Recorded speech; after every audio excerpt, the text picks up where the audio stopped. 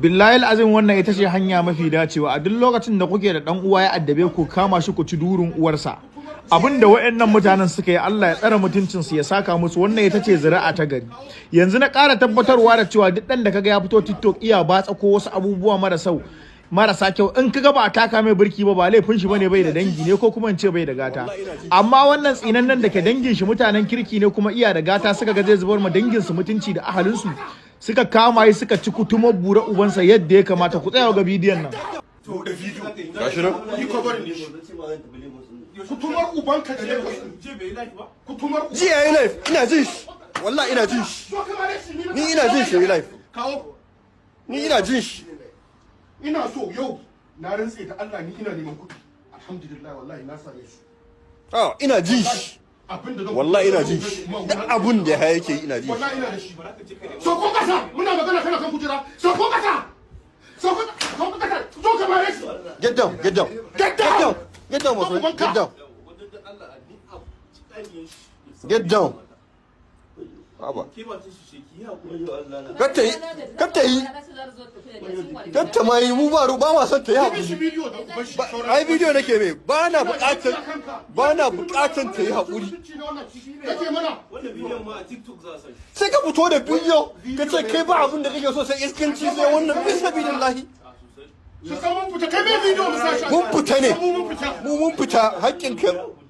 Ƙarya kake yi, kai da mukullin gidan nan. Ni ba ni na saka ba, kamar shi. Ba saka ba ya gina ka ba, war kama mali. Ilan marish. Ilan marish.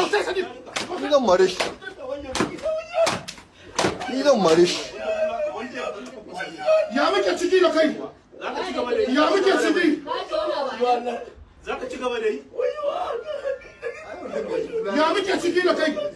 Kullum gayawa abin da kullum masha Allahu wasu na ta tambaya wai wannan din wane ne kuma me yayi wannan wani bakin tsinanne ne da ya fito TikTok ya addabi mutane da maganar batsa shi a live din TikTok yake zinarsa a live zai gama zinar shi yayi releasing yayi duk abin da yake bukata kuma haka yake lalata ƴaƴan mutane kina bacci kina tunanin kina bacci tana daki kin batta da waya ashe ga wani tsinanne iya koya mata yadda ake abubuwa bari sa muku kaɗan daga cikin irin maganganun da yake a TikTok ku gani saboda ku ƙara sa wa ƴan uwan shi albarka da suka kama ya suka ci kutumar bura ubansa. Auki. Kuma nan gidan gindi ake ci kullum. No kina ji na? Eh. Kuma shekara ki nawa kika ce ma? 20. To yadda kike yan shilan nan maza nawa suka taba cinki a Kano? Baba a Kano. Billahi azim a cikin maganganun da wannan yake na sakin layi ban saka muku komai ba akwai maganar da duk iskancin mutum ma ba zai iya kunna ma wani ya ji ba wannan ya kai shege amma ƴan uwan suka je suka kama ya suka ci ubansa Allah wayannan ƴan uwan sun gama burge ni wannan abin da kuka yayi Assalamu alaikum al'ummar musulmin duniya kamar yadda kuka sani ni ne dai naku Alhaji Fadwal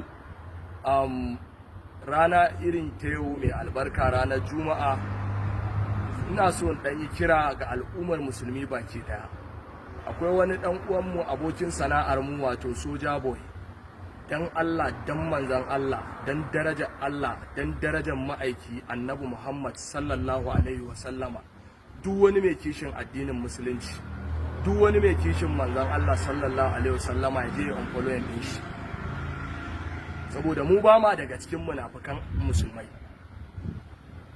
duk wanda baya tare da annabi ba ma tare da shi kowaye darajarsa muke ci in bancin roƙa mana da manzan Allah yayi wallahi yau da tuni babu mu amma ya dinga roƙo Allah ya daga mana kafa ba dan halin mu ba dan wannan din mu ba aljannan ma muna roƙon Allah ya saka mu ne darajar manzan Allah sallallahu alaihi wasallama amma a samu wani mutum ya fito yana magana shi babu annabi a rayuwarsa babu annabi a cikin nemansa to mu duk wani nema da muke yi sai mun jefa annabi a ciki saboda haka da Allah da annabi duk mai kishin addini ya je on following din shi mutumin tare muke al'amuran entertainment da shi mu muna kyautata masa zato saboda in ka zo kana mu'amala da shi a mu'amalance za ka ga mutumin kirki amma kwana-kwanan nan ya bujiro da wasu al'amura wanda dukanmu kowa sai da abin ya daure masa kai saboda haka da Allah da annabi al'ummar musulmi duk mai kishin manzon Allah sallallahu alaihi wasallama ya unfollowing din bawan Allah nan, kuma mu ba ma tare da wannan aqida ta sa da ya dauko ta neman kuɗi do or die. An gaya ma komai ne kuɗi yake yin sa, in ya haɗu da kai zai ma abu faran ni din nan mun yi mu'amala da shi har na bashi wasu mutane ya kyautata musu, wanda wannan dalilin yasa nake masa kallon mutumin kirki. Amma ka fito kana so lalle sai ka halatta haramun, wannan ba daidai bane ba.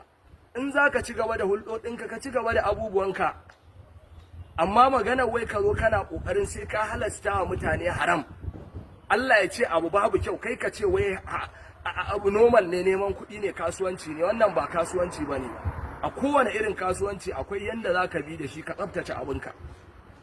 Saboda haka gaskiyan magana ba ma tare da wannan bawan Allah, kuma muna roƙon da Allah duk wanda yake following ɗinsa ma da Allah ya unfollowing ɗinsa, saboda me ba ma son ya zo ya gurɓata mana al'umma. Mu nan al'ummar manzan Allah sallallahu alaihi wasallama ne, kuma mu masu kishin Allah ne da manzansa. Duk wanda baya tare da Allah baya tare da manzan Allah, ba ma tare da shi kowaye ne. Yawwa, ba ma son munafikin addini, munafikin musulmi, ba a haka. Irin munafukan nan na musulunci su suka fi kowa dagula annabi lissafi. Kana amsa sunan musulmi, na kira bawan Allah nan na masa nasiha, na gaya masa cewa abin da kake yi ba fa da jama'a kake yi ba, da Allah kake yi. Yau in fitowa kai kace a je a yi abin nan, amma babu kyau, kowa ya san abin da kake nufi, amma ka zo kana kokarin halasta haramun, to babu wanda fa zai gane, kuma ba wanda zai saurare ka. Kuma maganan da yake cewa yana ba wasu kuɗi ya wani abubuwan da su duk ba haka bane ba. Ko ni nan mun taɓa yin wata waka da shi, mun haɗu a location ya ce min da Allah ba ma mai promoting waƙarsa, kuma yana ɗan arewa. Wannan ta sa muka je muka yi bidiyo tare da shi. Amma an zo ana ta kiran mu ana mana complain akan ka ga abin da kai na kuskure, kuma mun kira sai yanzu na ci cibis da wani bidiyo da ake magana annabi yana washi ya za a kawo mai magana annabi a cikin business ɗinsa. To mu duk sana'ar da za mu yi mun saka annabi a ciki wallahi. Allah muke roƙo ba dan mu ba dan halin mu ba, mu masu kuskure ne, masu zunubi ne, masu laifi ne, amma muna roƙon Allah ya mana rahama alfarma annabi Muhammad sallallahu alaihi wasallama dukan mu shiga aljanna. Amma wannan kalaman da kai, ko ka zo ka janye kalamanka, ko kuma jama'a duka ku je ku yi unfollowing ɗinsa, wannan ba daidai ba ne ba. Allah ya samu dace.